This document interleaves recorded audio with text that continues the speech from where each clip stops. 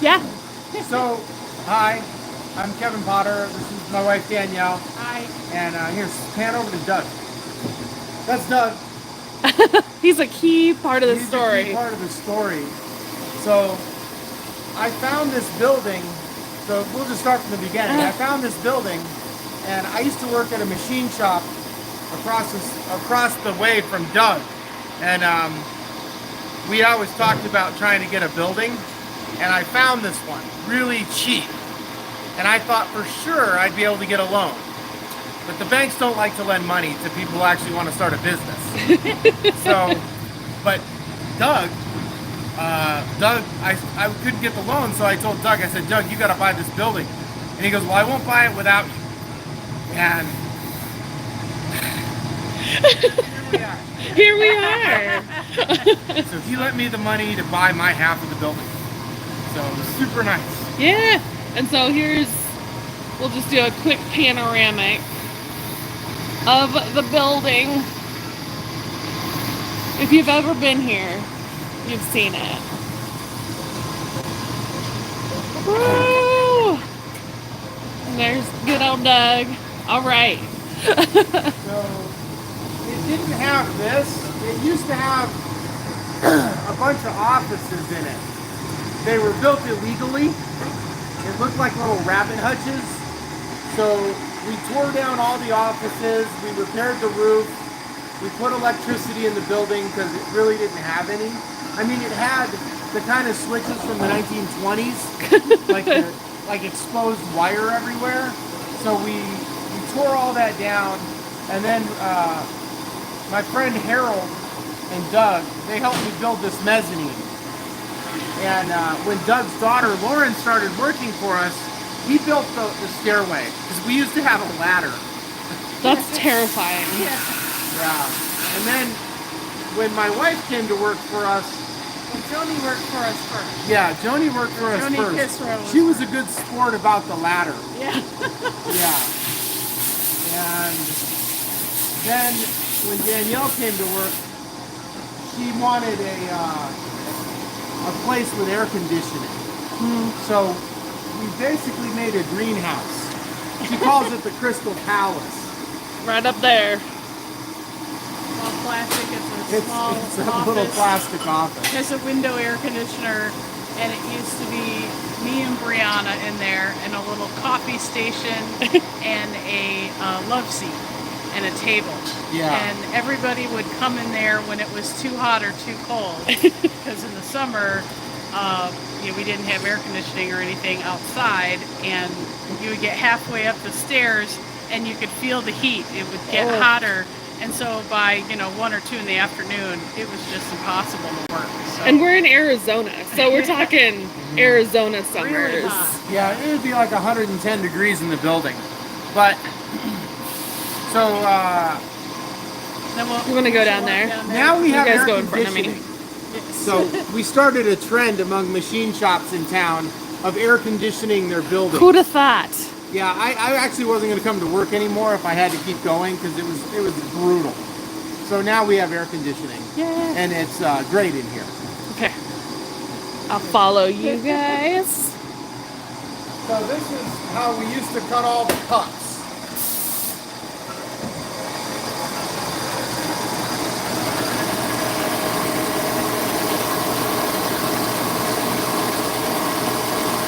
It'll do its thing. It's an automatic saw from 1978. It's still going strong.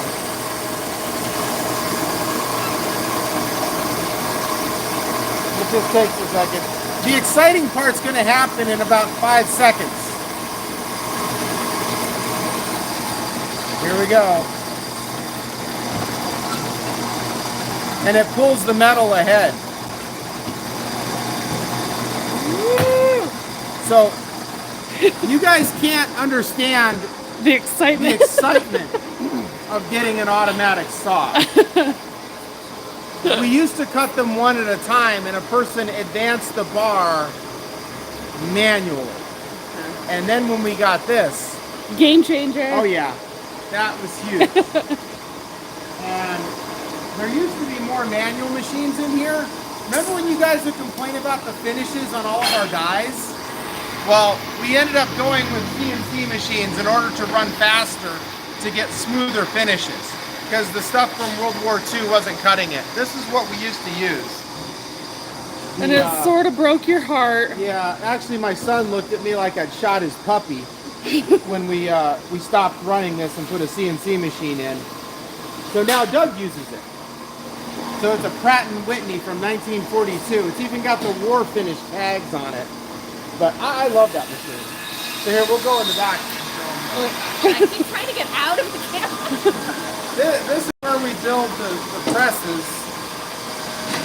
Maybe someday we're going to get a big building with everything all in one area. Nah, it's don't know. nice. I don't want to move this. So you can see how tight it's gotten. Yeah. So check out the finish though.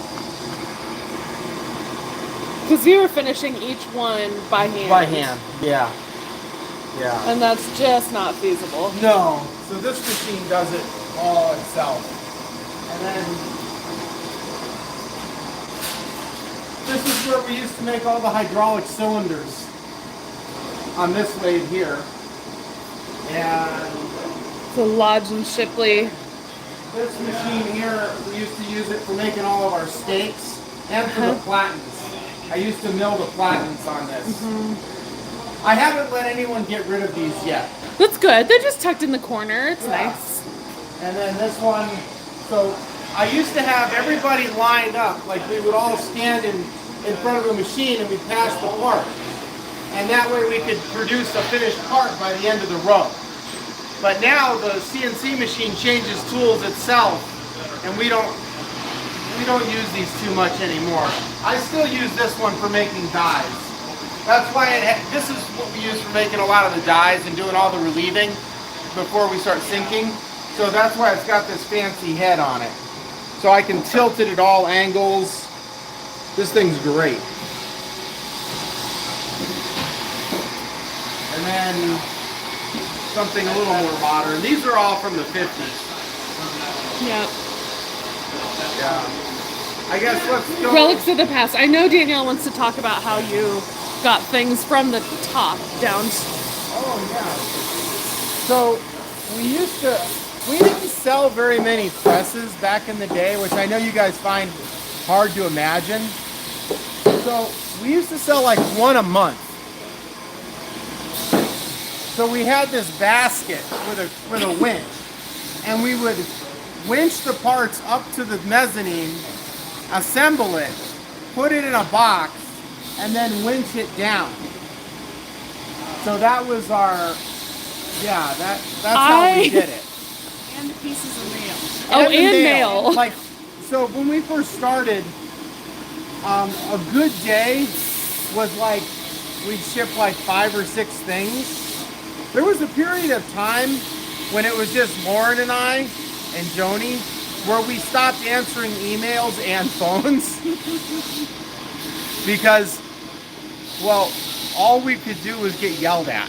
Because, like, I know some of you guys might remember when it took 2 months to get a press. Because we actually had, it was just me building them all. Yeah. So it was Up there. Up there. So it took, oh, there goes some noise. The fry, we always joke around, we call the fries are done. But, so we used to swing the presses out over that and lower them down, along with all the mail. But we only had like we'd ship like 5 or 6 items a day, so we were killing it. Then it got really bad. More, so. Yeah. Once Danielle came on and actually answered the phones and the emails, if you can believe it, sales improved dramatically. And the hate. Yeah. Decline. People love Danielle. Yes. Yeah. Oh, Brianna was here. Yeah.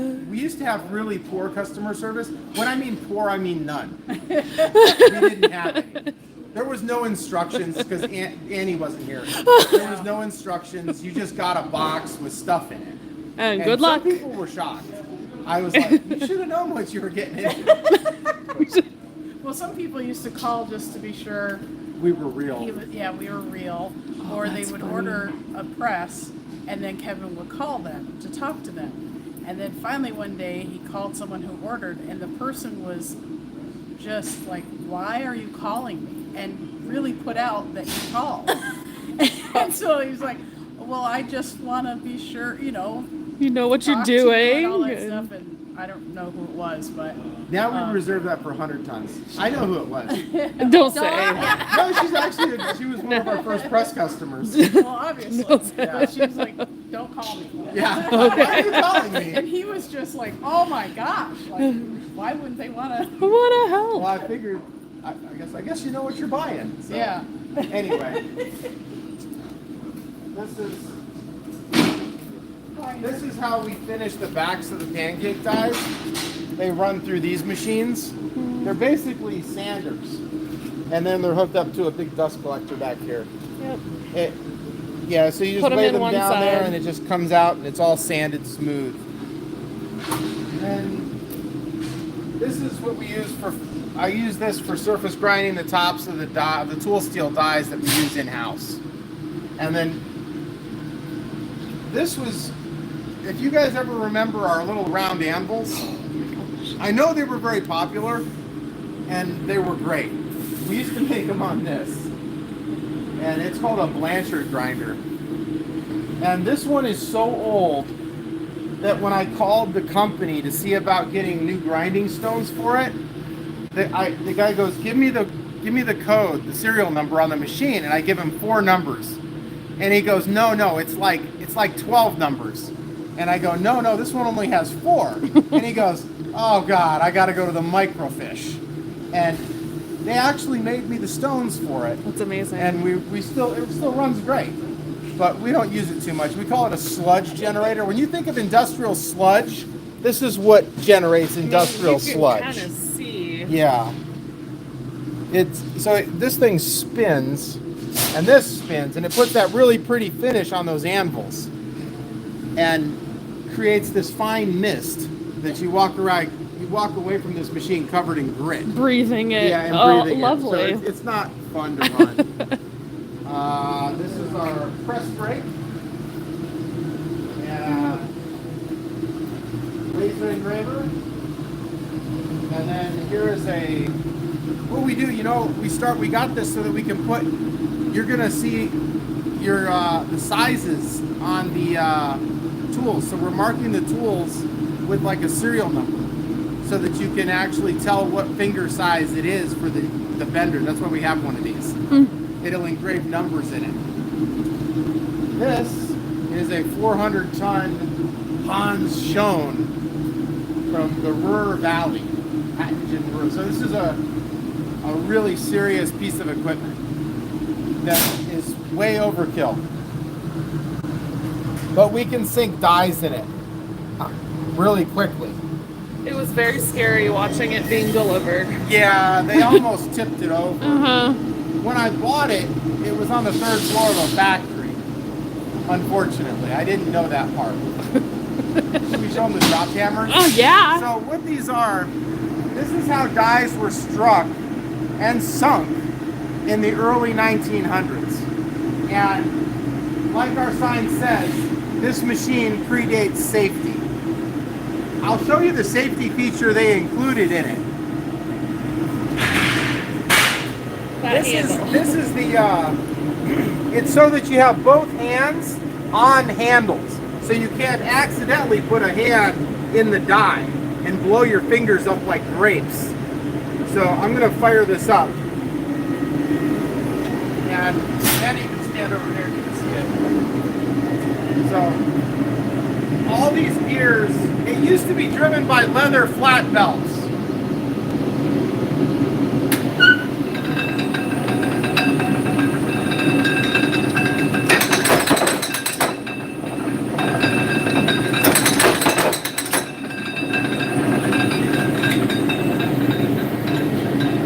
And then this is a 400-pounder.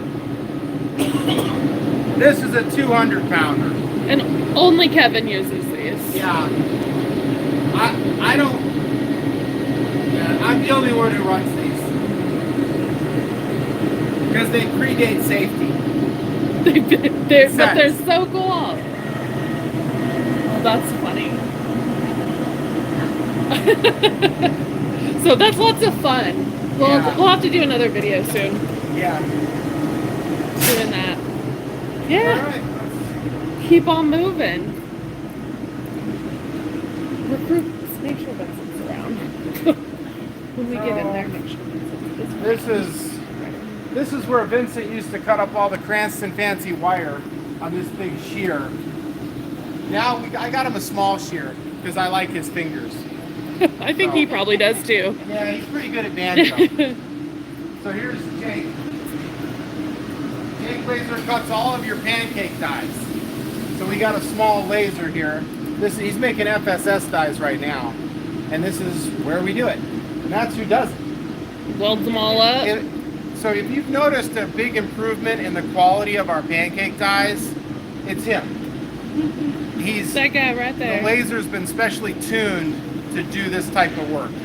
And Jake's a master at it. When we used to sub everything out, they wouldn't do that for us. Right. Because they're just cutting for everybody, so we just got what we got. So you probably noticed some of our older stuff kind of sucked. It wasn't that great, but when Then we got a Jacob. Now we got Jake, who's the master tuner, and we're getting super tight dies. Mm-hmm. So then let's show them the blacksmithing area.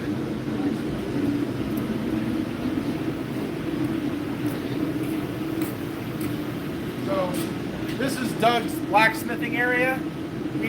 We agreed to divide the building in half, down the middle.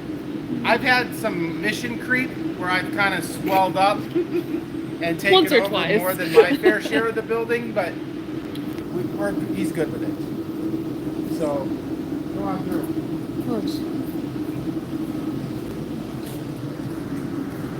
So this was the original building. Now, moving on to building 2. So this is the backyard. Clicked it again. Okay, now we're back. So we're back. Yeah, I was telling people that Doug was concerned we wouldn't have room for junk. Because, you know, he's a hoarder, but nothing like me. I'm a hoarder with a fan club to help finance the hoarding. So, this is Caitlin. She's one of the goldsmiths. She's the one who does all your stampings. And so that's her bench, and she's teaching herself to solder right now. Amazing. Practicing soldering. She's actually really good at this. I'm kind of amazed. And This is so her that domain. machine over there, we run that like once a year. I stamp Christmas ornaments to that gray machine over there. That's kind of what we do. Single use. It's a single use machine. Press, yeah. And then the machine in the middle is how we rivet our saw frames together. We put the rivets in the saw frame in that green thing. And then the other one, the blue one there, that one is a big hobbing press that we built before, again, predating safety. It's a 300-ton press. And no, I won't make you one. And it works great. And we used to use it a lot until we got safer machines, because we're all about safety now. But we do have, like, I'm the only person who runs that screw press too, because again, predates safety. A lot of this stuff is very old, so they didn't really think about that sort of thing until recently, as in maybe the past 50 years. Past 50 years. That's 120 years old. The black one in the back the there. black one's 120 years old. So these are all really safe. This stuff here. You actually can't hurt yourself with this at all. Which is We really like that. good. I'm a big fan of it now. So these are all, the collection you see in here is mostly Parisi tool and Bates and Clink. Bates and Clink. I thought Bates and Clink was going to be huge, but I was wrong. Well, we haven't done much to try No. to push it. Yeah, but the problem is everybody can buy all the souvenir spoons they want on eBay. Yeah, so Bates and Clink, if you've ever been to any popular tourist Attraction, and there's The spoons. that's that company back All there. those spoon dies. And like keychains. And Keychain. Oh yeah. We have all the Yeah. swag for like the Grand Canyon and Niagara Falls, all kinds of it. So this is all dies, and this is stamping area. This is also where we melt all the bars. We actually do all of our melting just in that little forge there. So we can melt like a 5-pound bar in the middle of right in there, and then we can roll it out. You'll see the big rolling mill here in a minute. So let's. This is where we polish. Oh, and this is the new. Oh yeah. Oh yeah. This is Vincent's new shear. He's a big fan. His finger saver. Yeah, it's a little tiny shear, so it's more appropriate for what he's doing. It's a little. It's really cool. It's a diacro, but it's electric.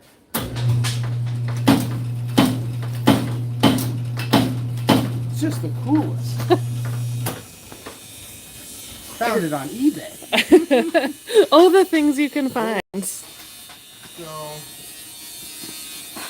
let's move down through. Let me tell Ian to stop welding. For now. For a little bit. Yeah. So this is We want to show these. Oh, We yeah. got these set up for the gem show. Of course, I don't know which one it goes to, but we have things that we made some stampings with, and these were sent as samples. it's really neat to see how So they that- were originally used. Cufflinks that were engraved or enameled.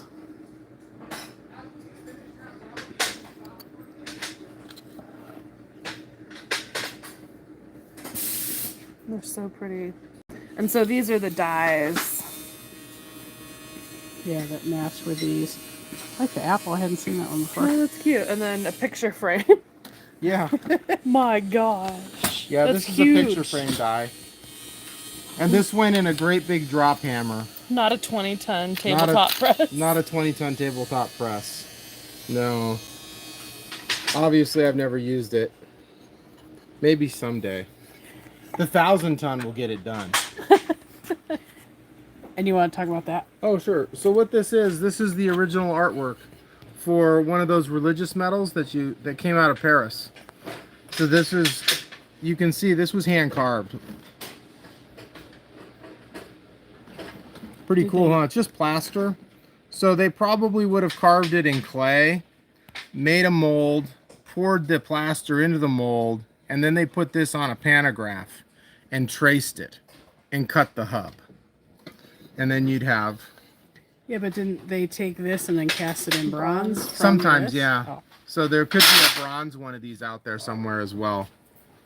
We probably have it because I've got a few hundred coming right now. They're just, I think they're on the ocean. I think they're in Phoenix. Oh, so really? they're I think it's, closer. they sent a thing yesterday saying. Oh, wouldn't that ready be to picked exciting? up. So it's either Phoenix or LA? LA. Yeah. Tell Kevin how close. I know, he won't be He'll able to become sleep. insufferable. No, it could be exciting because there's going to be hundreds of them. And That's I remember cool. getting them. I think you guys probably saw the pictures. I was at an old factory and there was this pile. There was like this area in the shop where they just piled everything against the back wall.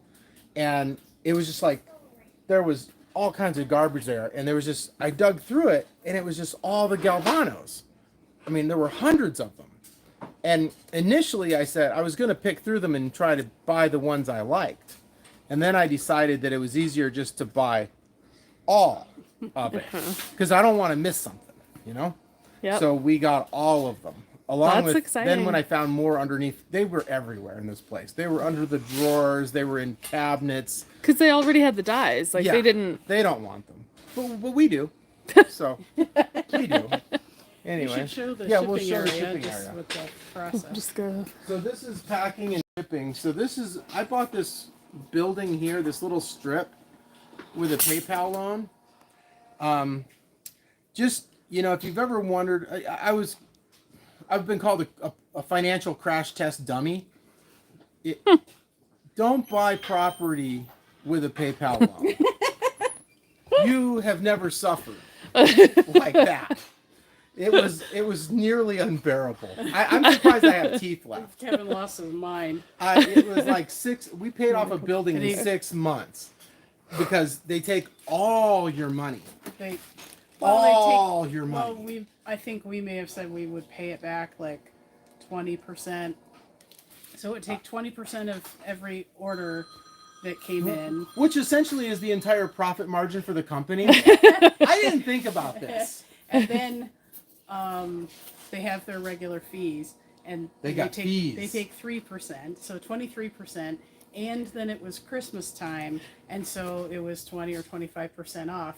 And we had a hard time. We were giving stuff away. And Kevin was losing his mind, and so it's like we're trying to break it down. Here's what's going on, but yeah, It worked out. it was not. We good. survived, but Never again. I have dental bills to pay. Yeah, like when your profit margin, gross profit is 20%, and you take 20% of every sale. Yeah, I'm not good at math. I've been told this, so I thought, there'd be no problem. Yeah, no, it was a big problem. So if you've ever thought about buying something really expensive with PayPal, don't Don't do it. don't do it. Yes. So this is where we do the picking. So this is where we have all the silver and copper stampings. All these, we really need more space. These are really cool. This is all from the AM Woods Company, and they made the bracelets with the Cranston Fancy wire. So check these out. And they would have all been done in gold fill and gold and silver. These are all just samples. So all these green bins have the entire company. Pretty exciting, sort of. They're everywhere. They're everywhere. And then They're up up here, top. well, these are lockets. So this is the Gaio Brothers Locket Company. So we have all their lockets and all their dies. And we haven't even started using any of this yet. We got a lot of stuff we haven't used. Mm-hmm. But we did save it. It is safe. I think that's what it's called. It's called saving it, right? Yeah. And if you guys, so listen up, folks.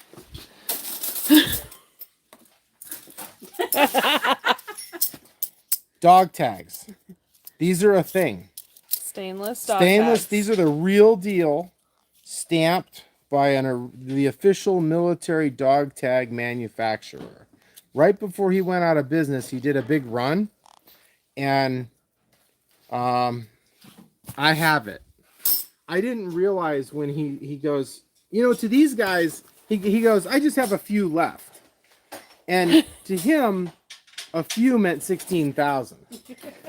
Every one of these boxes. Yeah, there's 16,000 dog tags.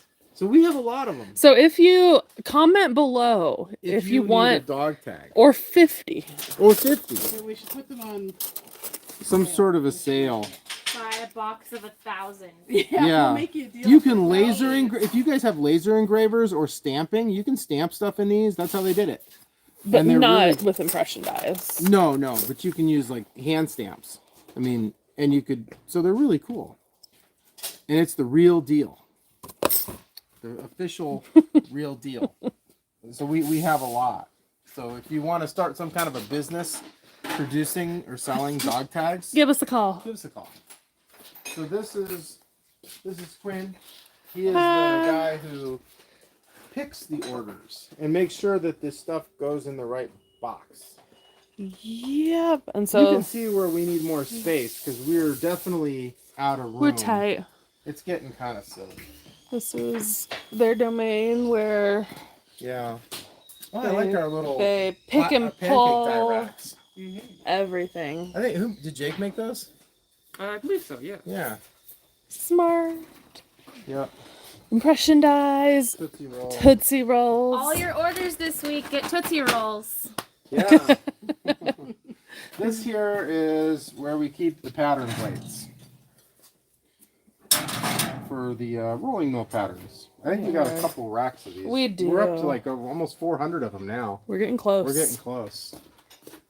This is pretty cool stuff here. So we've been as the hub collection has grown, we've started to just fill in areas wherever I can, and we fill up cabinets with hubs and dies. So this is all from Germany. I'm still working out a plan for you guys on how we can use these. Because let's. I know. So, you didn't pick the good one though. You picked. I know. I picked the first one I You grabbed. picked the one that looks like all of them. They all look couple the good same. They're flat. There's a couple good ones I know in here. Maybe not this drawer. Can you imagine trying to explain to people how to use that? No, I can't imagine how to use that. Yeah, I don't want it. I got the die. We don't want. He's not lying. He's been scheming on working how on to it. make these usable for you guys. This is the kind of stuff we can definitely use. That's not too hard. I actually was successful with this a few times and made some nice pieces. And that's a really pretty piece. The German stuff has a distinct look. It's very German. It's very perfect. Yeah. It is very perfect, and it is very It's Clean, minimal. Modern. Like when we run the Italian stuff, my son it was so funny. He goes, "Dad, are we running a bomb factory?" The stuff just blows up sometimes. It's just ridiculous. This stuff is just flawless. Industry. Is it exciting? Not really. But It's a matter of opinion. it is. It's very versatile. It leaves room for you to express yourself. This is insane. Yeah. Like how it's extremely boring. How? Another one I picked is very boring, but it's so deep. But we have them all now. Yeah. Isn't that exciting? And I have their I mates was- in my office. I know. I was excited for like 20 minutes when we got that collection. I was like, wow, we got it. We managed to get it all the way from Germany on a ship. So in here, this is actually really, These are cool. this is cool. So what this is in here, this is all the Weight Thresher Company. So these are all the platinum filigree rings. The kind of stuff that everybody wants, but it's very difficult to make it. Here, show them your ring, hon. So this was made, this is what these kind of rings look like. And you hand pierce everything out and form it and shape it. I was able to pierce this out. It took me like maybe 2 or 3 hours to do all the piercing. And it wasn't that hard, really. I thought it was going to be harder. Let's see what we got here. So these are, these are master hubs. Those are called T-shanks. They get formed around and bent around to make a half of a ring. So you'd make 2 of those and then you'd make the big ring. They're so pretty. Yeah. So here's another one. This is a half of a ring. So they would make different methods for these things. Let me show you the really cool part. Let's set this down so they can see this. So this will explain everything to you. If you've ever wondered how these rings were made, I'm going to lay it all out. So there's your die. There's your blanking tool. These are your piercing tools. And pretty soon you're going to see why these are no longer made anymore. And it has to do with this. So your first step is you punch out a blank with this. And the part falls out the bottom. And you use like we have a screw press or a kick press. Then you set your blank on top of here. Strike it. Then you go back to here and you trim it off, because it will squeeze out a little bit of platinum or gold or out the sides. Then you lay that blank in here. Close the top. This is called a stripper. This is what pulls the metal off of the die. And these are lined up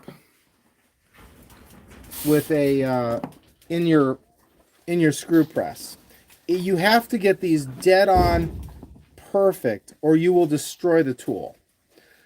Somebody hand filed every single one of these pins, these little punches. Let me see one of them. Show them a little bit. Every single. So they used to, I know a lot of you were probably imagining that there were this army of talented goldsmiths who was sawing and engraving and piercing. There was not. There was an army of people on kick presses punching these parts out. This stuff was all made by hand.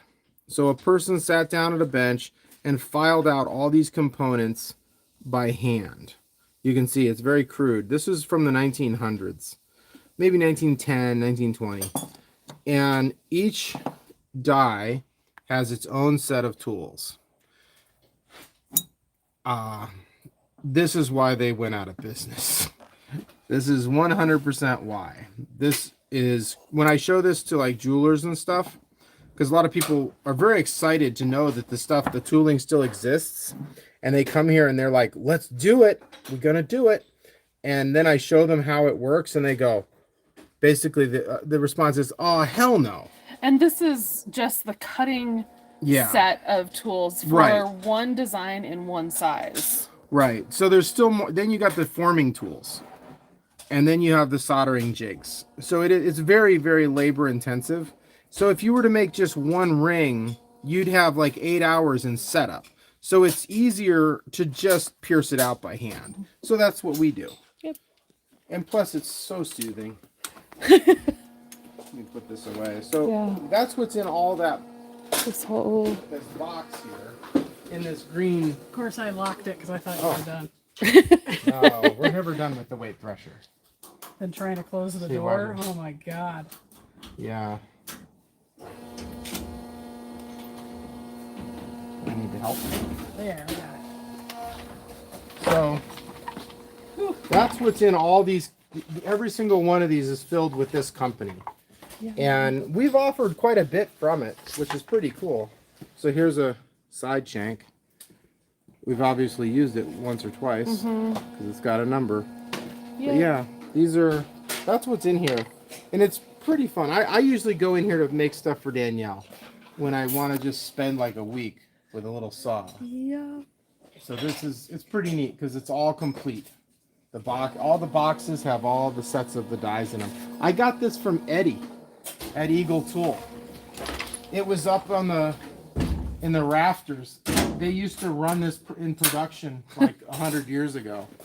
And they had it stored up on these rafters, up on these pallet racks on a pallet. That's cool. And I was climbing around up there and I pulled up one box and I went, oh my God. I need all of these. And so I started digging through it and I'm like, it's the whole collection. And Eddie's like, yeah, we used to run that stuff. He goes, it was a nightmare. And I'm like, start handing it down. Because each part of that die that he just showed you would require a different press. Yeah. It was absolute nightmare. I think we should go back around to shipping and then hand it over to Vincent for a little bit. Yeah, so this is packing and shipping. Yep. This is Sonia and Giovanna, and they put the Tootsie Rolls in they make sure that you get what you ordered. Yes. Unlike years ago, when it was me packing it, you got what you got. It may not have been what you ordered, but you got something. This is more dies. Weight thresher. This is kind of neat stuff here. Check this out. I don't know why. So I got this at an auction and they didn't show what was in the bins, but a lot of times they put hubs in bins like these. So I bought them and I was the high bidder at like $5. And in it is all the samples for a company that made tchotchkes, essentially. This is a tie tack, and it was run on a brocader. So this is like a ship. It's a little ship. So this is the entire, like, there is tonnage in here. Yeah. Of just nonsense. But some of it's really cool. Look at all these sketches. So these are all hand drawings of designs. I love it. Vincent goes nuts about this stuff.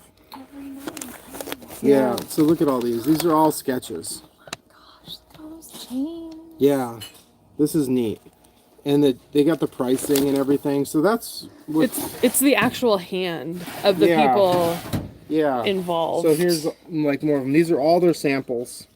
And, you know, some of it's cool, but I haven't looked through all of it, but I was shocked when it showed up and I'm like, oh my gosh. What did I buy? What did I buy? And I got this. So I couldn't, you know, what normally happens is people throw everything away because they get these neat little cabinets.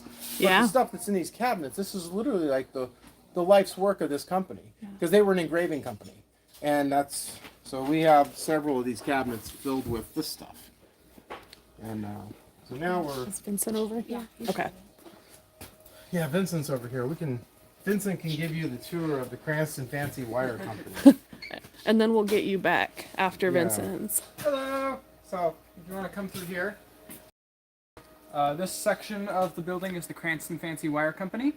They were founded in 1867. We're the 7th owners, and we run patterned wire. So I'll give you like the gist of the concept here. So you have your strip cut to size to match the female roll die. You have your pattern roll up here. Turn it on.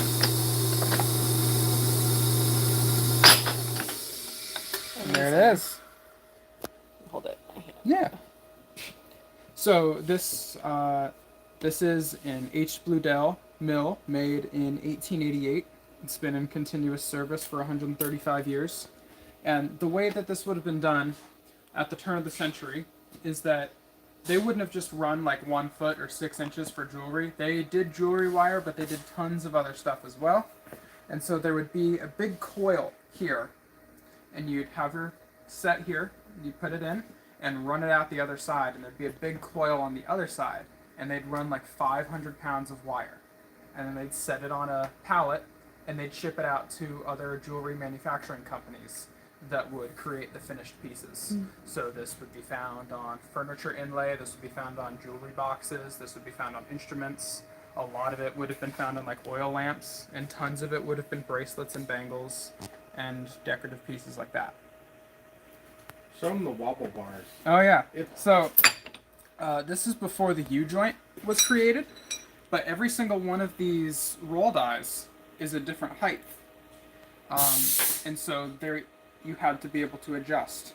And so they just created this really simple mechanism of a square hole that's a little bit oversized, and it just slots onto these pegs, and you're able to adjust the height from there. And so I'll turn on the machine. Yeah, and you can see the wobble. Genius! Yeah. My gosh, it's so smart. Yep. These would have been leather belt driven from overhead line shafts. Yeah. Huh?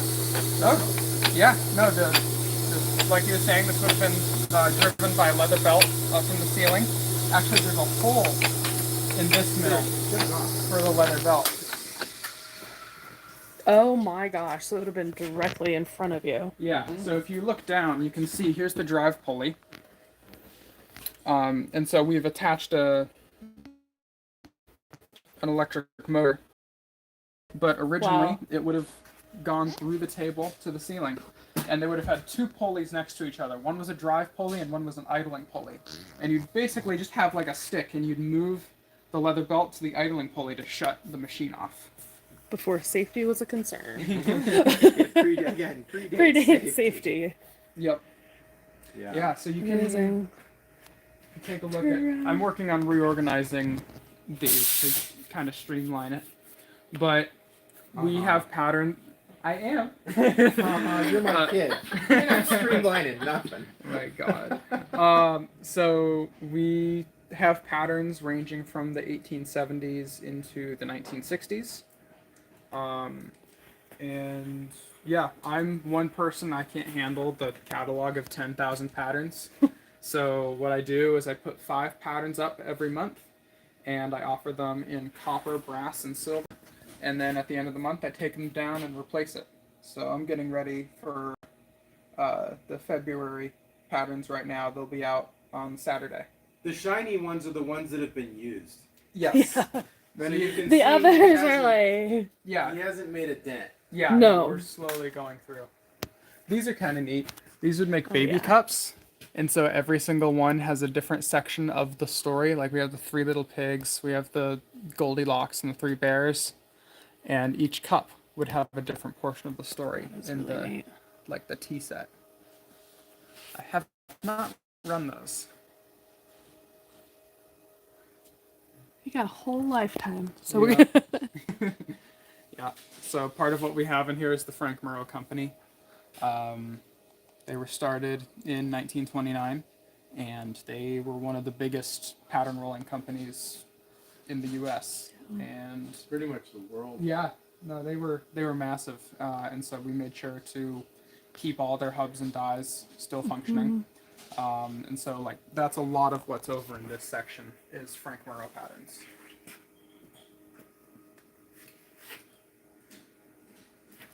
Yeah, that's my spiel. Pretty. It's pretty amazing. And so these are all on our website. Well, not these are all, but Vincent's monthly I put monthly them on. offerings. Exactly. Yeah. I do also do custom orders. People do reach out to me for custom lengths and designs and stuff like that, and I fit it in where I can. And so I'll show you. I'm working on one right now of the pattern that I just ran as a explanation. So this is a silver cuff that I'm working on for a person. So pretty. Yeah. So this is from the arts and crafts movement. This would have been about 1906. So cool. Yeah. What I like about this is part of a series that was clearly all made by the same person. Mm-hmm. Yep. Yeah, you can tell. Yeah. And so at some point I'll be releasing a batch that's all that one person's work. Maker. Yeah. And we don't know their names. Nope. Well, thanks, Vincent. So Yeah, that's no worries. that is Cranston Fancy Wire. So here, I'll show them. This is how we roll out all the silver. So this is if you've never seen one of these, I know you guys are probably thinking that these are all different rolls where you can put the metal in. But what this is called a 4-high mill. And it's for really rolling the bejesus out of something. So this is a backup roll. This supports your primary roll here. So this doesn't flex. Because the big problem with when you get a wide strip like this is the rolls flex. So these support the rolls and prevent them from flexing. And then that's the gearbox. This thing is really heavy. Yeah. When I had it delivered, the guy who delivered it, it was obviously his first day, and they just sent him. Poor guy. And he flipped his forklift over. He didn't dump this, thank God. I'd have been upset. But yeah, he flipped his forklift over. He didn't have a clue what he was doing. So this thing is 25 horsepower. So I'm going to turn it on. It's going to make a big noise. And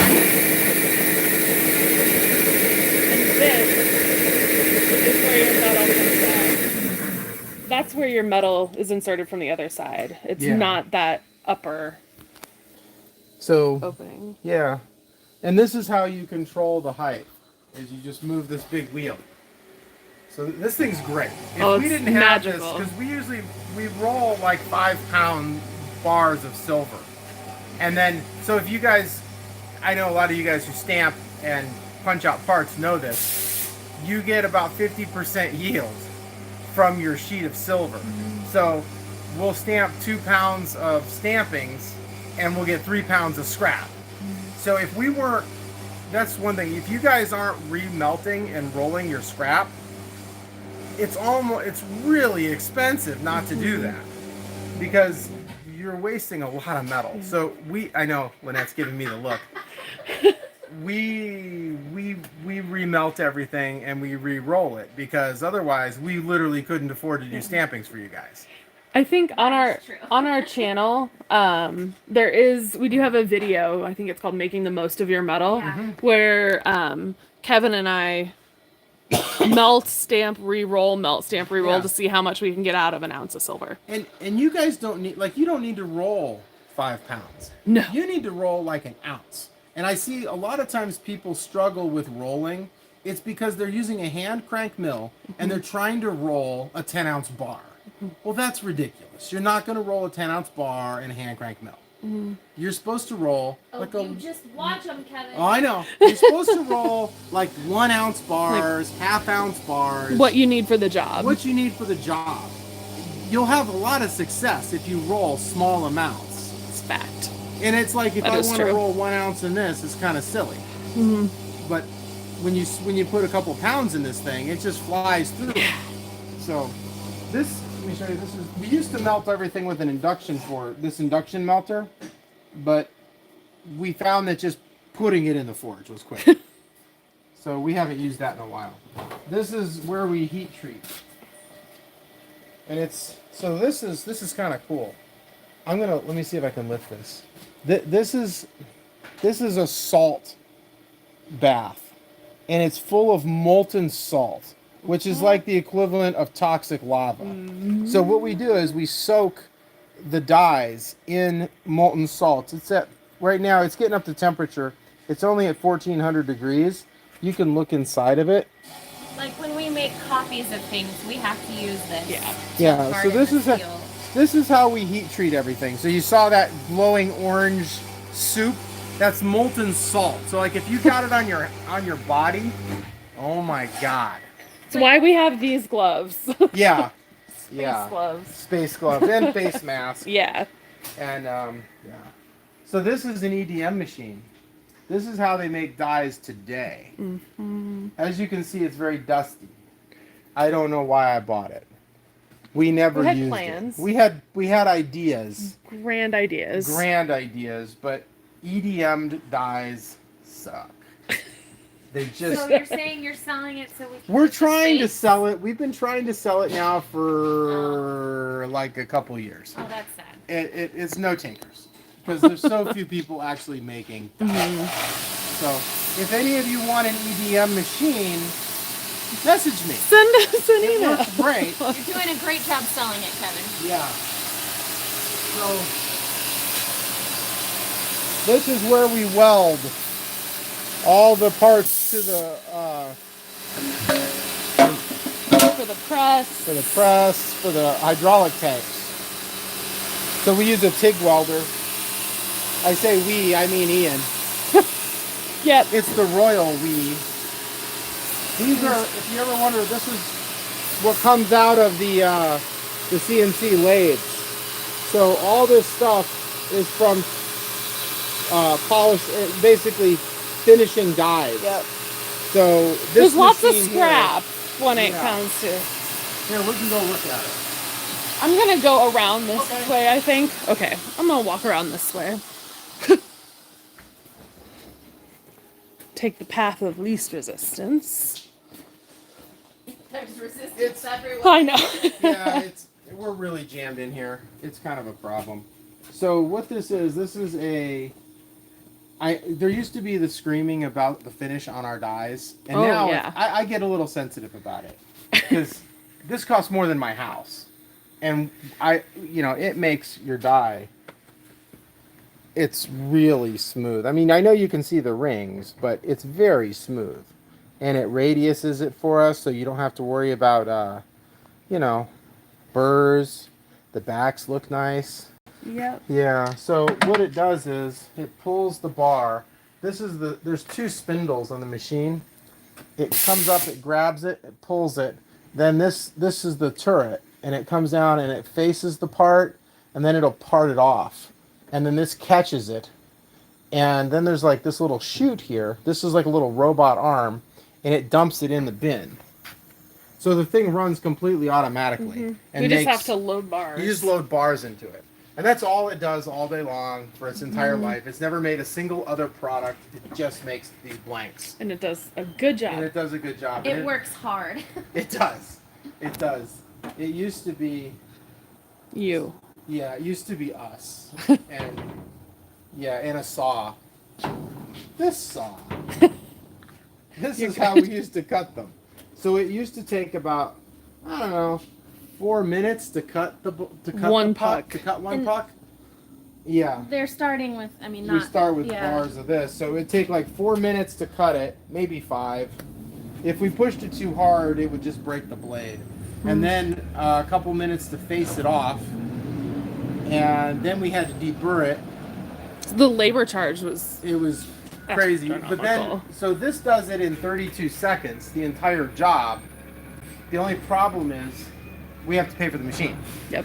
Yeah, so it costs more than my house. And we actually had an accident. And did you know that these things, they can run into themselves? It ran into itself. And it was a $10,000 repair. Yeah. Yeah, the guy kept showing up, like, because we had to get it all realigned. It was pretty funny. I just was like, I'm just going to go hide in the back. Because he'd show up every day, drive down from Phoenix, and it's like $1,200 a day. And he would disassemble things and reassemble them and make it all straight again. And then it's all perfect again. Yep. But yeah, it was, yeah. I was like, every morning I'm like, we're just lighting money on fire, just lighting it on fire. That's kind of a perk of a modern machine, is that there are people to fix it, as opposed that's to. very true, because these old things, there's no one, I have to fix it. Yeah. So yeah, this is where we build the quick form. Check this out. Tim did this. Do you guys like this? Oh, that's smart. I haven't even seen it. Because there were people who for some reason were having trouble with this. They didn't like that, so we made that. I didn't know that. Yeah. When we're ready to sell that, you have to let us know and we can put it on the website. I think it's really recent. I think it's just if you have a quick form press and you want one, we'll send you one. Okay. So they're included with the quick form press. And a lot of you guys are going, well, why wouldn't you just fix the handle to the piece? Well, Some people are left-handed. some people are left-handed. And I wanted to make this easy on you guys. You know. So you can just swap it from side to side. And we have a whole video series on how to use the quick form press. Yeah. So you can make bracelets with it. You can make rings. And just because something doesn't have like a giant diameter doesn't mean you have to bend it all the way tight. So if you wanted to take a piece of silverware and make a silverware bracelet, you totally can. You just don't need, you just bend it by eye.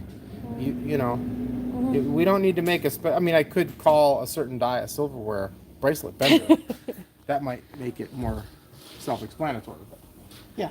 So these are all the little components. I think they did something pretty cool the other day. I wonder if he's got any of them. Are you talking about the Check this out. the angle one? Oh, Oh, these aren't done yet. Well, Yeah, these are in the the original laser kit. engraver. That's why we have a laser that's engraver. cool. Yeah. So we got this laser engraver so that we could engrave numbers on these things. And this set hasn't been done yet. That's exciting.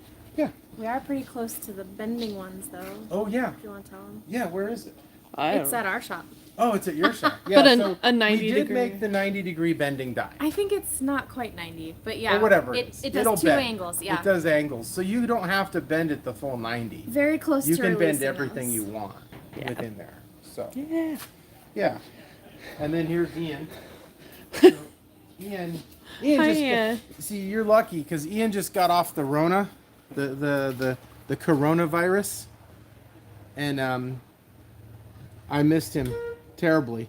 He's I did. prepping a hub to dip into the salt bath that we showed See, you earlier.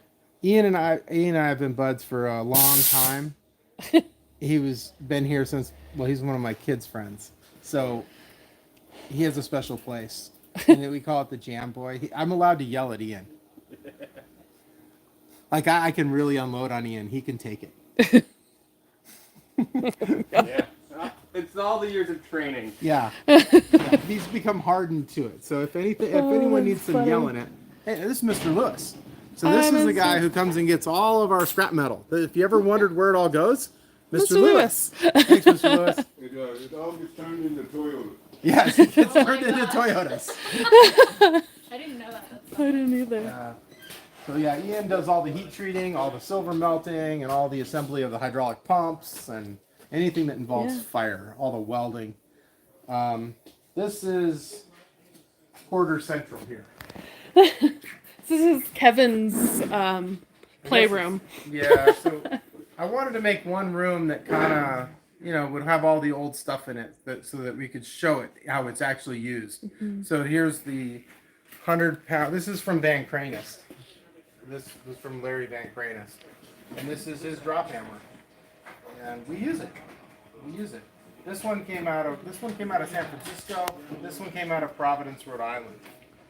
And we use both of them. These are like the size you would use for doing rings and stuff like that. Small items. Oh yeah. Oh, we should show them the massive stamping collection.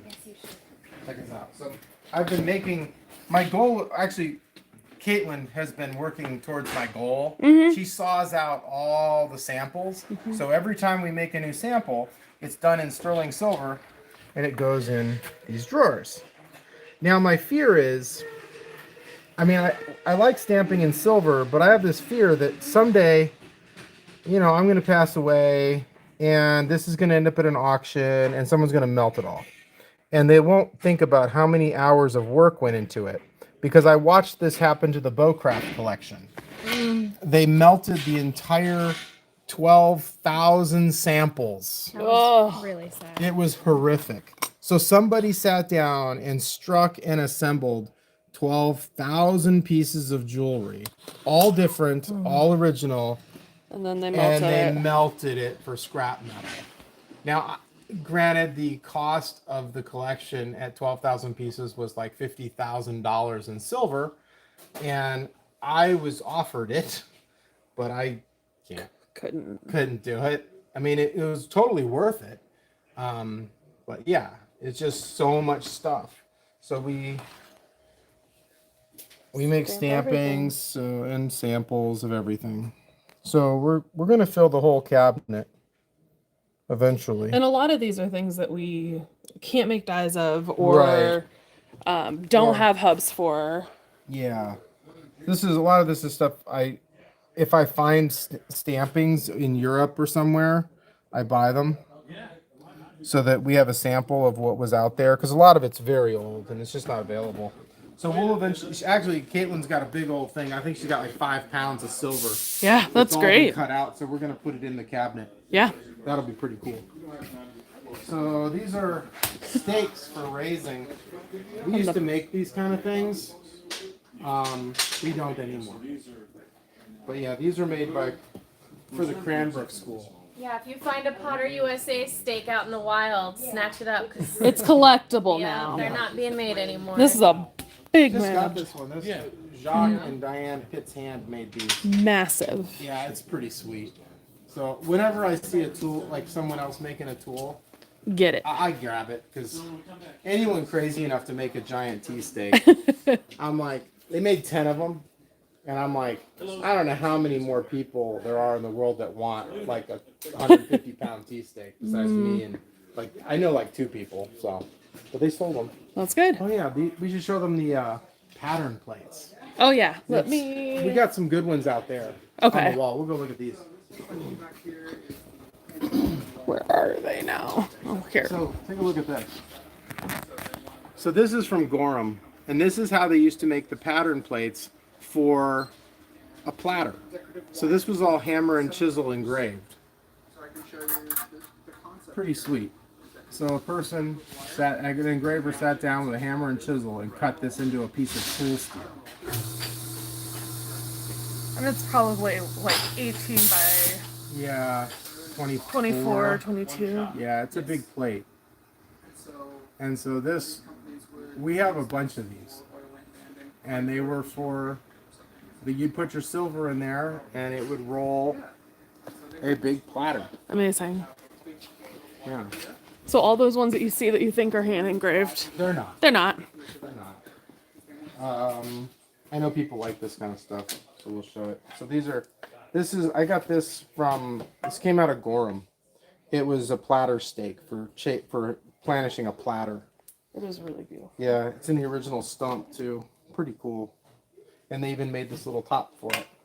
When I got it, it was rusty. I mean, I got it all greased up now, but it was super rusty. And I used to have this machine that I tried using it to polish dies. It was a lapping machine.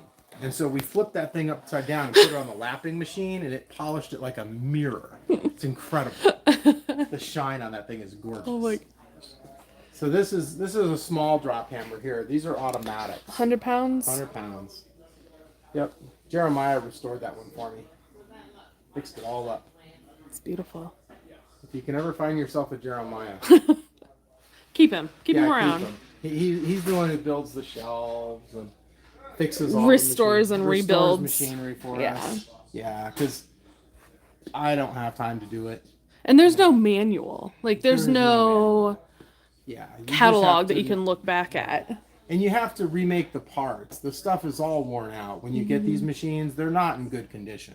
So you have to rebuild everything. And so he remachines shafts, makes new bushings, fabricates entire New gears. makes everything, so that we can use them again. And so this is more dies. We don't, as a rule, I mean, I don't really collect dies. We collect hubs, which is the male die, the master, because these take up a lot of room. But when this collection came available as a whole collection, I was unable to resist, and I could not say no. I think when they came in, I think we have a video of that too, but they were Yeah. in crates, Yeah, they were in 9 or 12 crates Yeah, like that 12 came in. crates. Like So- crates the size of cars. Yeah, so And I- one by one. it was an entire semi-truck load because they're so heavy. My elbows hurt so bad. Yeah, we were all in even- pain yeah. putting this stuff away, but yeah, so this all came from back in Providence. It's pretty neat to see a giant collection like this. Goodness. A lot of times the way they weren't displayed like this. They were in bread pans. So you'd never know. You'd have to look at a sample board and then it would have a number and then you'd go to the number on the bread pan. Which is probably a better way to do it, but it's not as much fun as seeing them all facing you. Not nearly as fun. Yeah, so you can just look at them here now. Show them the ones on the bottom. Oh, the big massive. These ones. monsters. We put the big ones on the bottom in case we have an earthquake here. How, I mean, They're this is Show them like your huge. hand or like your foot. Yeah, they're insane. That's like a 50-pound die. Easy. Yeah. Those are for the 400-pound drop hammer. All along the floor, the big ones. We say the big ones. But even this is like Yeah. 5 pounds or so. Yeah. So it just kind of gets ridiculous, the amount of weight. And so we do stampings off of most of these. Yeah, Caitlin comes in here and she just goes up the ladders and looks for things that she thinks you guys will like. And she stamps it. Yeah. And then puts it up. So we do them in silver. And we don't have hubs for most of these. Yeah, This we is don't. just the dies. Which Yeah. means we can't sell dies. Right. For most of these. Yeah. Right. So we put rolling ladders in. These came out of the Sears out of Philadelphia. The ladders did? Yeah. Oh, I didn't know that. Yeah. Don't ever ship a ladder freight. Don't do it. Problems only Kevin has. Ask him how he knows. So what happens is you get hit with a fee for an oversized item. Oh. Yeah. Oh. So And then you have to talk to my Danielle. $99 ladder, you know, it doesn't weigh much. My there were 99 2 of them. my two $99 ladders became $1,200 ladders because of the shipping, Oh my because of gosh. the oversized charge. Oh my gosh. And I was like, okay. Danielle's gonna be so happy. Yeah, I'm surprised she's still married to me. Yeah. So here's Vincent. He's making Alright. something. I'm Oh. soldering a little crack. Ah. You got it? Yeah, you. Yeah, I know what I'm doing. Yeah, I don't know why I'm asking. Yeah. So here's, I guess, people like these things too. These are kind of fun. These are, see if there's any of the samples. The samples are all missing. So this is a straight line engine turning machine, and this is a Rose. And they make, so we made a hub. Oh yeah. Dennis made that one. I think, yeah, so it's spirograph for adults. But you can make, they use them for watch cases and watch dials. You've probably buttons. seen them. You've seen the stuff. Compact tops, the really Right. So they run off of a cam and the headstock rocks. And this is how you just hold this against it and it engraves. So you can see it following the little thing and the whole thing bumps. And it is hand powered. everything- It is not. Yeah, these are from 1800s. This one is newer. This is 1920s, I believe. Somewhere in there. And then old anvils. I got a thing for old anvils and stuff. This is a French one from the 1700s. It is beautiful. Yeah, this one's pretty neat. It's if you put chalk on it, so you can dust the chalk, and then you can see the cross and everything. It's King Louis XIV's crest on it, and it's all chased. It's pretty neat. The French made really pretty stuff. And then this is a German anvil. So their Germans are all business. This is a German. It's made by a company called Halbach, and it was made around 1901, 1902. And it's a 700-pound anvil. It is massive. And you totally need this if you're going to make jewelry.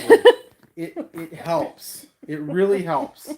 That way you know things don't shake around when you're It would tapping be the out a ultimate bracelet or stamping. yeah, when you're anvil. tapping out a bracelet or something, the 700-pound surface really it's important. It doesn't move. It's important to have this. Stop teasing the people, Kevin. Yeah, this when you bring it's just kind of silly. It's amazing. It's neat to have it. It's not necessary. Like a 1-pound anvil will be more than enough. This is kind of cool. So we're kind of giving you the full tour of what we did at the show. I'll plug this in. Let me see if I can plug it in.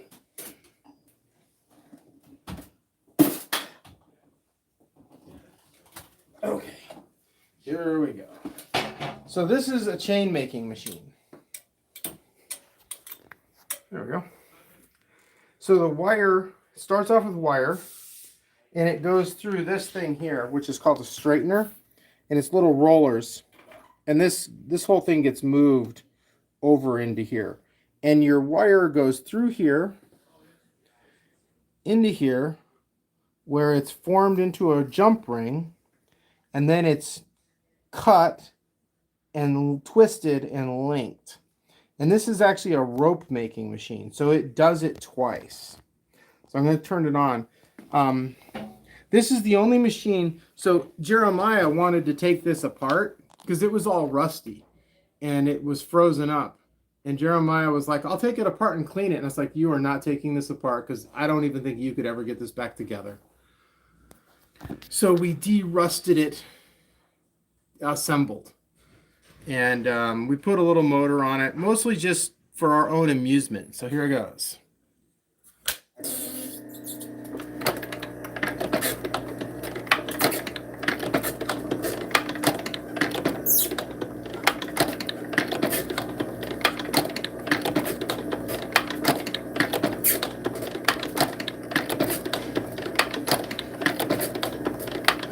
So there's cams, there's like a cam shaft in the back, you could show them. Everything is run off of a cam. And it pushes levers and rocker arms.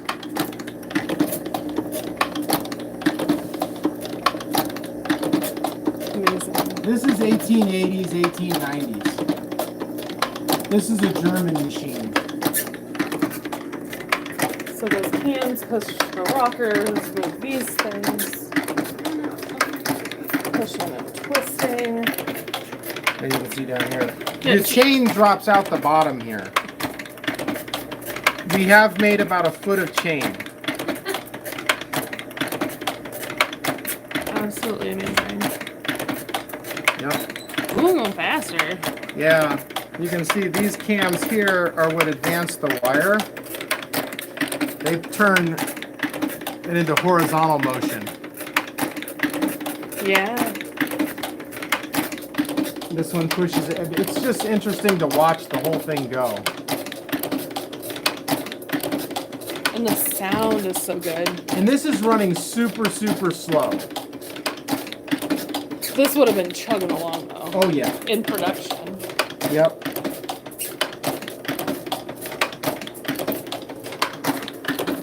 Just fun to watch it. Uh-huh.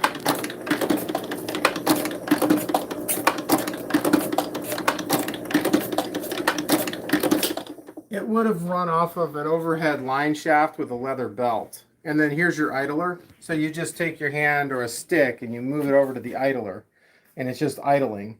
And then if you want to run the machine, you push it back over, because they would have these in a line.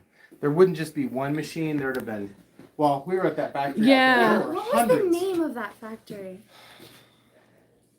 I can't, it's such a, I need to call Mike and ask him. I have the catalog. Okay, We should got the look at catalog. it. It's really Yeah. neat. There's a chain factory in Attleboro, Massachusetts, and they had hundreds of these machines running. Yeah. All different- old antique all old machines, ones. and they're still producing chain. You can go on their site and buy it, and it's Yeah. beautiful chain. Yeah, it's really cool. Yeah. So you can get all the weird patterns that that Rio doesn't sell Yeah. or Stellar doesn't sell, and they sell gold fill. They make all the really cool stuff. These are screw presses. So this is how we make. Well, this is how Vincent makes a bracelet. So I'm gonna make one. So first, all right. So what you do, you clip the end. So this is a die Vincent made, and it cuts the end of it so that you can get a nice little radius. And we normally clip these things at what, 6 inches, Vincent? 6.5? Yeah, 6.5 is ideal. Yeah. And then, if you're wondering, we got this on Amazon, straight from Pakistan or India. It works good. So it gets you like that, okay? Then, we go here.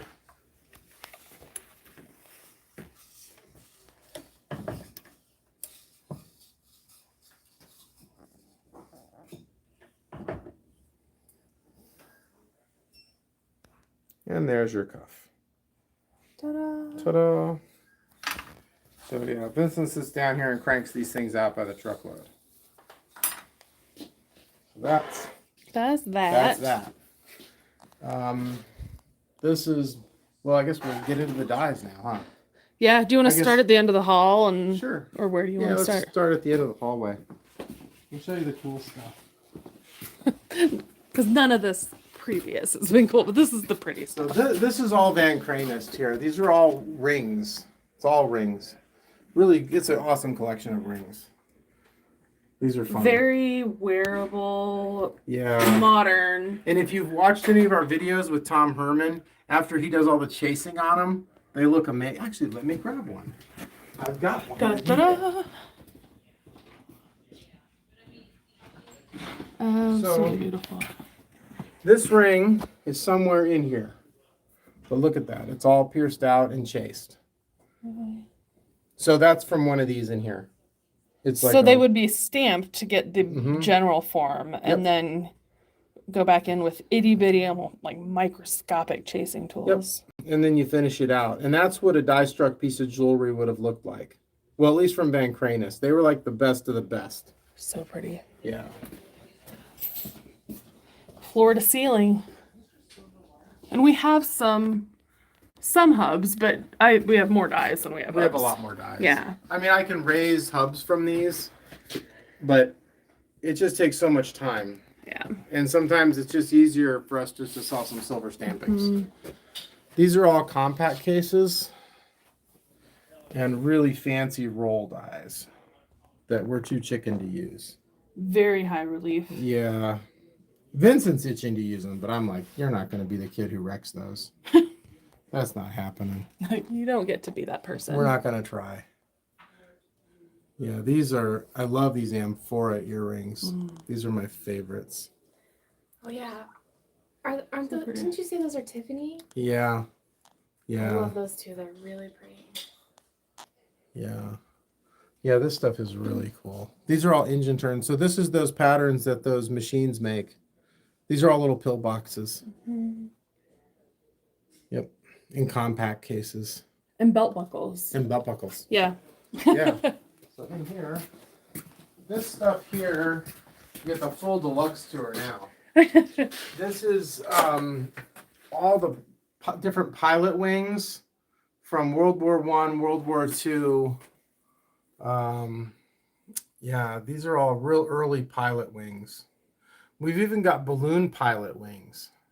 It's over there. The aeronaut. Absolutely amazing. No, we won't sell them to you. No, No. And then we've got the Silver Star, the Bronze Star, the Purple Heart, and then all the campaign medals. They're not rusty, they're covered in grease. I just haven't cleaned them. I've kind of left everything exactly how I found it. These are unit medals or unit pins. We've got all the unit pins from all the units from World War I and World War II. This is actually a pretty significant medal. That's the Flying Cross. Wow. And then this is I guess this is the Navy Cross. Those are pretty big deals. The Purple Heart's right there too, right? Yeah, here's the Purple Heart here. They haven't made a new Purple Heart since World War II. They made a lot of them, so they're still using them. So yeah, this is it's like two parts, fronts and backs. Mm-hmm. Yeah, and I think this is Korea. Yeah, Korea, the Korean War medal. Wow. So no, we won't make any of those for anybody for any reason. Nope. Not gonna happen. We just have them. And they're not in the scrapyard. Yeah. So. Yeah. So they're all here. And let's.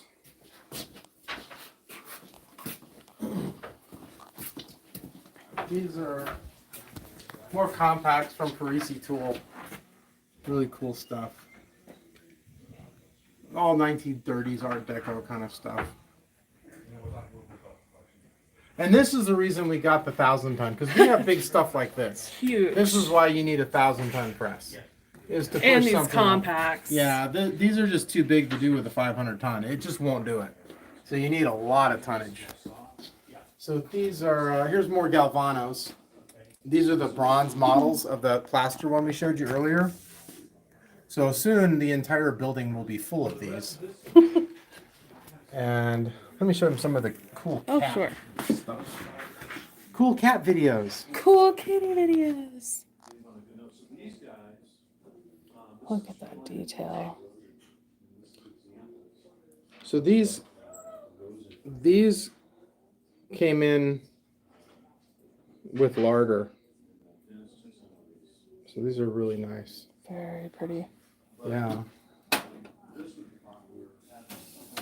So some of the stuff that we think is cool, we just put it in these little display cases on the walls.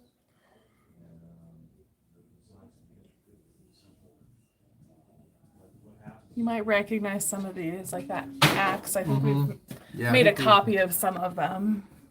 Yeah. These are great. Oh, getting to the Art Nouveau ladies. Yeah. And then pocket knife. Pocket knives.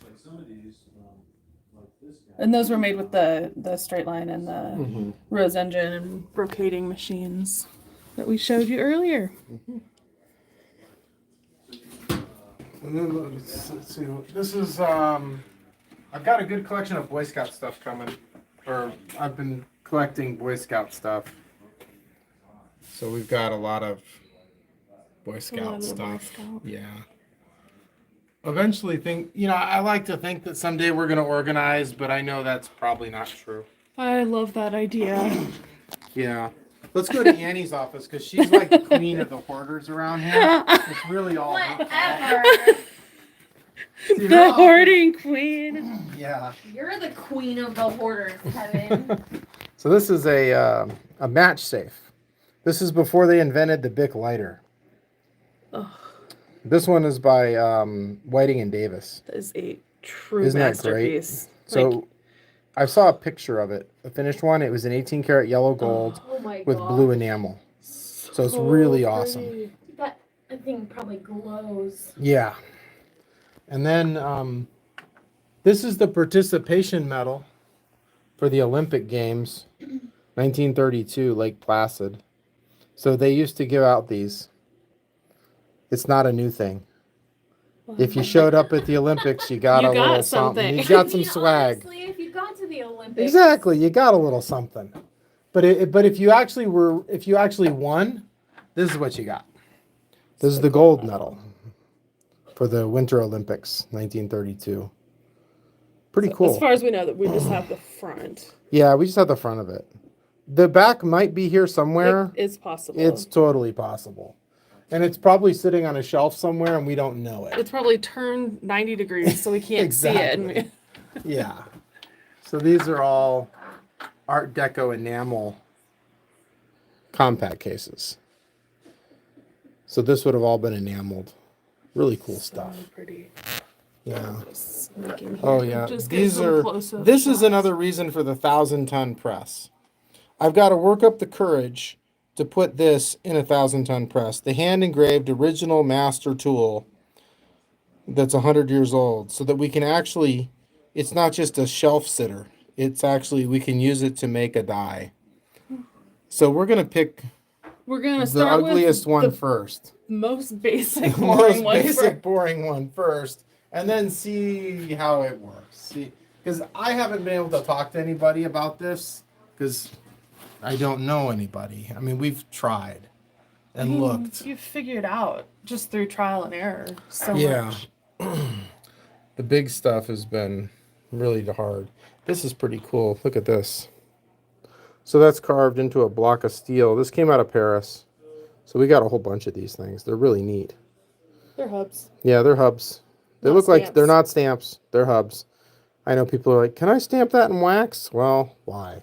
No. Yeah.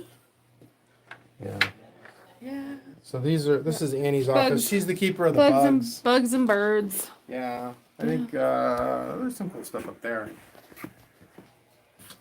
Weird cats. Yeah. We've got this whole set of different torches. Santa. Yeah. There's so much, like we can't get into it. Yeah. Everything, but we'll This Show I you guess we'll go in some. here. This is Danielle's office. She's the real hoarder of the family. She Not by insisted- She insisted that everything get put in her office. All these boxes. So drawers. these are all old sorority pins. Don't ask me why we saved this stuff, but we did. This stuff is so good. Some of it is cool. Some of it is not. It's just silly. What's cool about But- these is they're labeled and Yeah. they're organized. But so some of them are really great. Let me pull out the. So I've been cleaning these slowly over time, and it takes a long time because there's so many. But look at these. Isn't this stuff neat? There's a drawer like down here somewhere that's all stars. Like I Yeah. love looking in these cabinets. Yeah, there's a lot of really good stuff, and we haven't looked through even a fraction of these gosh, no. cabinets. Oh, this is cool too. Look at this. So what this stuff was, they were making, I don't know, Promotional items. So like die-struck keychains, watch fobs, and this company was called the Robbins Company, and they're the ones who also made the Olympic medal. Yeah. So the same company that was making Class rings. class rings and tchotchkes, like look at these. Here's a watch fob with palm trees on it.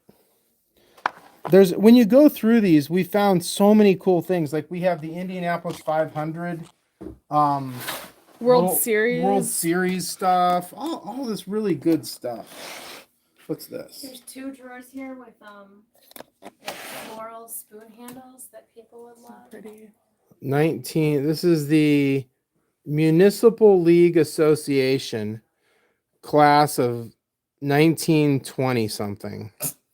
So this is, like a baseball league.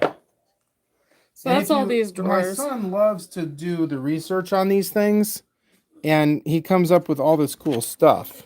Like these are pretty neat. Like once you clean them, they look great. They're all hand engraved. They're just really neat. So sometimes you find these amazing pieces in here. Buried beneath grease and dust and Yeah. dirt. We The oh floral, yeah, look at these. floral spoons are in those two that I pulled out. They're really pretty.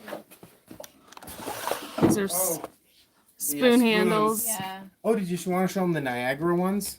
I actually know where those are. Yeah, let me show these real quick. They haven't been cleaned yet, but they're really pretty.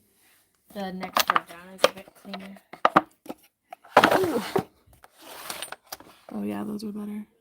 I was on a roll for about a couple months where I try to clean a drawer every day. As you can Burnt see, yourself I out. burned out.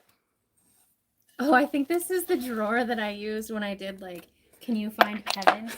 It's like a drawer full of Just Old faces. faces. old dudes. Yeah. And I put Kevin on a hub. That's That was funny. fun. I mean, this. I'll show you the Yep. The Niagara Falls are like the here they are.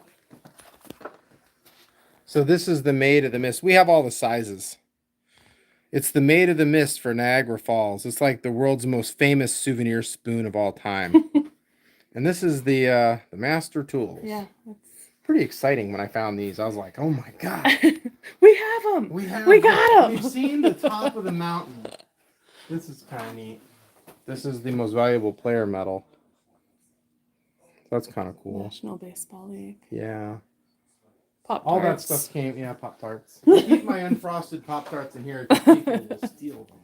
Nobody wants your unfrosted Pop Tarts. Yeah, I know. There's one person who eats them all, and it's you. Yeah.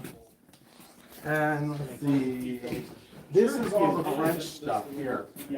Well, some of the French stuff. We keep it out here so you can see it. We've got quite a bit of it. This, when you look at this stuff, it makes everything look bad because it's so good. It's so good. And it is so difficult to use. This stuff is amazing. And you notice the shape of the hubs? They're not blocks of round steel or square steel. They're forged up because you couldn't just buy a block of steel back then. You had to forge it up. And the thing that's amazing about this, they survived World War I and World War II. I mean, there's very little German stuff, and I have found, I think I have 4 dies from the UK. 4. Because they were all melted They got down. melted down during the scrap drives in World War I and World War II. There just wasn't anything left. They scrapped everything. Yeah, they're so beautiful. Yeah. So you can see there, Jeremiah just built the shelves because we're going to start bringing in the new collection.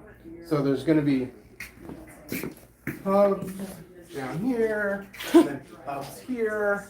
Every wall will be covered, floor to ceiling, in hubs. Yep. All right. I think we just have the hobby room. Yeah, we'll go in there. And we'll go in there. Yeah, we don't need to look at Yeah. stuff. So, see, what we do is we fill up these little bread tins because all of our dyes, when we buy these collections, they come in the bread. They come with bread tins.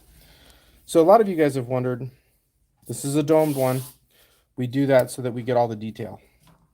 It adds a lot of tonnage to the press. So here's. These are all of your Zodiac stuff. And this is Quinn. He's cleaning dyes. Let me turn on some lights. This table is full of things that have all been listed and sold in probably the past 3 weeks, maybe 2-3 weeks. So we keep everything. I know everyone's going, so do you keep all the flowers with the flowers and the hearts with the hearts? No. Everything is kept by company because I'm not going to be the guy who commingled all the hubs. So we've been entrusted with all of their care, and I'm not going to take and put everybody's stuff together. So everything is kept by company the way we get it. So every collection is by company. And that's how it will remain. And they're not organized. And I know this is a point of contention, but you need to understand how many there are. Yeah. And this is one drawer. And please don't volunteer to come sleep here. The reality is it's not possible to really categorize this in any meaningful way to where you can find it. It's not worth it. It's not worth it. Really. I'm not going to, because we don't put them away in the same place. Everything gets pulled out. We use it for a day and then we put it away. And we put it back where we got it in the company's collection. Yeah. But as far as it being back in the same position in the drawer. Well, no, Yeah. it's not.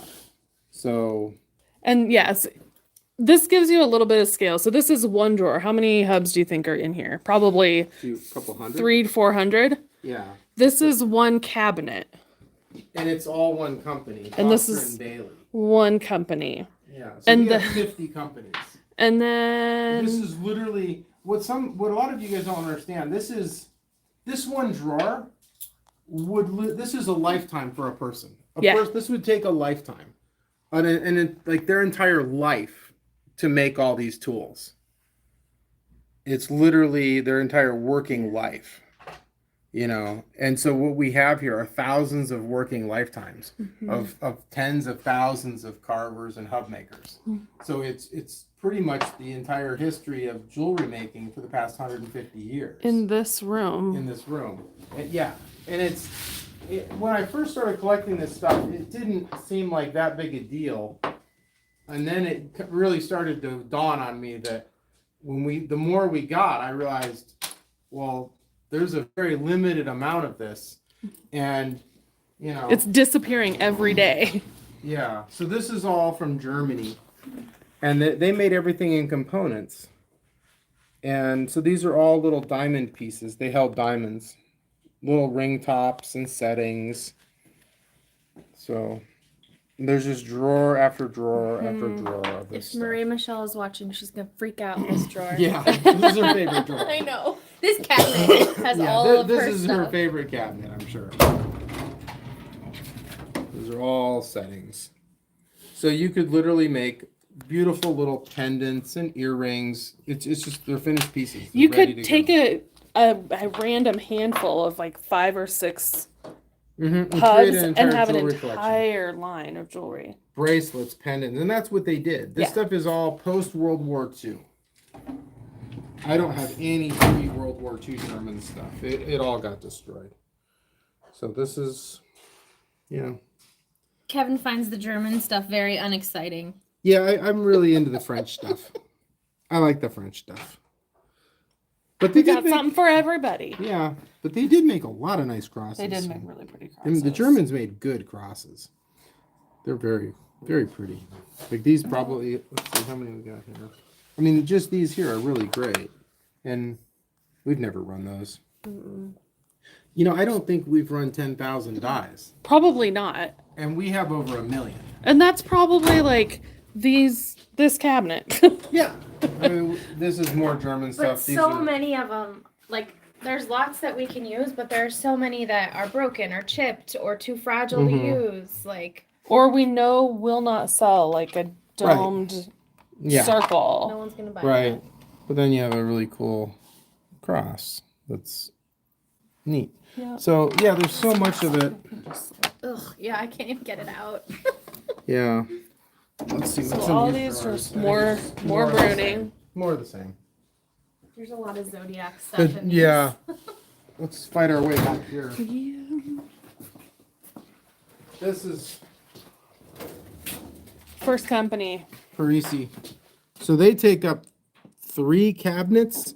There's 3 cabinets filled with like this. We've cleaned through a lot of it and cleaned it and organized. Well, we didn't organize. Who am I lying to? But yeah. Kevin little told the dog. story of how he acquired this company sometime earlier this year. We have the video on our YouTube and also on our Instagram. Yeah. And we also have the written story. Yeah, there's like a written blog post. If you scroll down to the bottom of our website, you Look at can this find one. it. Some of these are so cool. That's such a neat piece.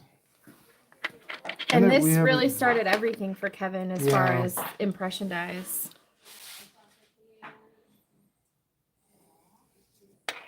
Yeah, a lot of this has never, most of this, Has never been- 90% of our collection's never been used.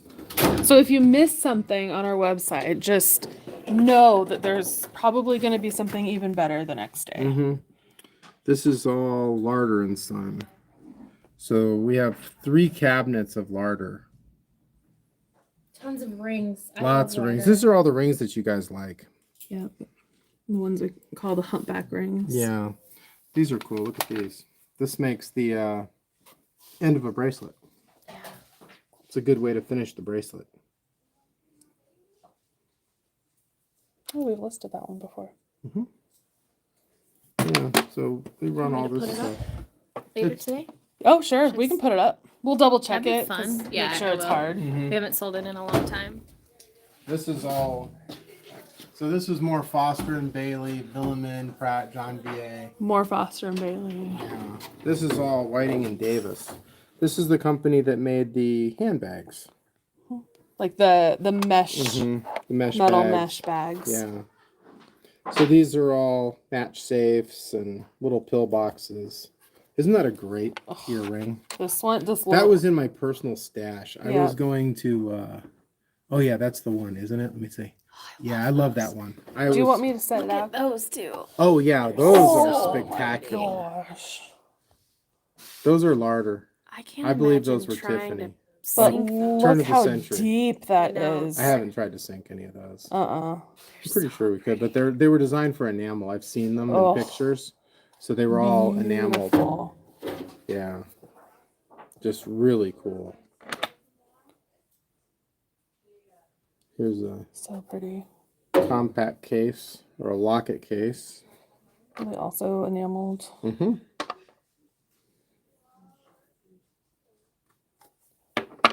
And it goes on and on and on for drawer after drawer. Yeah, this one's neat. Can you imagine sinking this? No. Look at this thing. I would not. Like It's all candle hand snuffer engraved. or... It's actually for the top of a purse. So Oh, they made yeah, a purse yeah, that yeah. looked like a wine satchel, is what they were calling it. And it And then this would expands. flip open at the top, and it would expand out. Yeah. Yeah. Nope, not trying that one. So, then of course, Yes. so very. I wouldn't leave out the hoop earrings We have them forever. forever. We got them forever. Yeah. And then what's in here? Oh, this is cool stuff. These are all your conchos and Belt components. belt components. Yeah. We might start offering some of the concho stuff again. I don't know. I got so much of it. I mean, as long as people don't complain. Look how pretty they are. Wow. Yeah. Beautiful. Yeah, so these are all some really cool. Cool. This one. Yeah, if somebody wanted to make a belt, like one of those Ranger belt sets, you could do it. This is all the engraved The tips, belt tip. and we have all the components to do it. So if you wanted to make one, maybe if enough people get together and say they want Ranger buckle sets, we could do it over the course of like a week or two. Like that way you don't have to pay for it all at once. We could offer, you know, here's the People would buckle. want it all at the same time. Yeah. We get complaints no matter what. Yeah, so I try to make it so that you can afford to buy it, but then there's people who want it all at once and We do who our like best. to light their credit card on fire. And then people who have discipline. I am not one of those. Oh, yeah, forces. I couldn't. These are forces to go the jewelry room. They come with these They big come things. with So this is for a big eagle on top of a ball. I know it looks like dirty clods of mud, but there's a ton of work But in they're there. cool dirty cloth. Oh, yeah, here's more More locket forces. cases. Yeah, these are all locket cases and forces. Some of these are really cool. I know someone was looking for something. I think it was in this drawer. I thought can't it was. remember. Oh, yeah. I haven't found I it haven't. though. What's back there? Dirty stuff. Dirty tools. This is all Van Cranist. These are all 1920s and 30s wedding rings. They're really pretty. They're all little delicate Very rings. classic, Yeah. simple. Well, If you simple guys compared to think other if you things. guys think the humpback die is a challenge, the V die. This. I don't even have the heart to throw these at you guys. They're just beautiful. We made one for Dylan and Jake. Jake helped me because Jake actually went out with me when we got these, and he helped me load everything in the truck. And then he's like, when Need he was one of gonna those. propose to Dylan, he goes, can we use one of these? And I'm going, Oh, sure. well, that's good. And I'm going, oh, okay. Yeah. They're a challenge. There's So bins what- and I love boxes of these little stuff. things. So this is a little box of stampings and tools for the stuff. Some tool maker made all these pieces, I have to get really stable. and they came in these neat little cigar tins. Look at this one, Phillies, America's greatest cigar value, only 5 cents. Those came with Van Cranus? Yeah, this came with Van Cranist. So Cool. we got lots of these things. There's stuff everywhere. Yeah. But this is where the bulk of the collection of hubs lives. Yeah. So let's. It is piled high. Yeah. Well, they've seen it. Yeah. So this is stuff that's going to be put away. Yep. Maybe. No, it will. We just gotta find a place. So here's a. These are things that have been Course. listed fairly recently. That Yeah. we've started making sure that after we, like when we list it, we include the company. Mhm. And so these bins are all organized by our company codes so that we know where to put them back. Is this our Shreve? Yeah. Shreve and Company. Yeah. This is our working hub of a Shreve and Company die. Yep. Or master hub. Because we try. So like, look at this. So here's what we do. So here's this one says Shreve Original. Do not Do use. not use. Here's our copy. Yep. So the way we made this, we used this one time. We drive it into a block of tool steel that makes a female, and then we drive this in the other direction Yep. and raise a new master. It sounds simple, but it's actually a big It's pain in the not. butt. It takes a lot of time. It usually takes me about a week. And it has taken a lot of failure. Yeah, we've exploded so much stuff. Yeah. But it's important to make working copies because otherwise the amount They we're break. stamping, like, you know, it's funny though. I know a lot of you guys are going, oh, I bet they sell hundreds of that ring. No, no.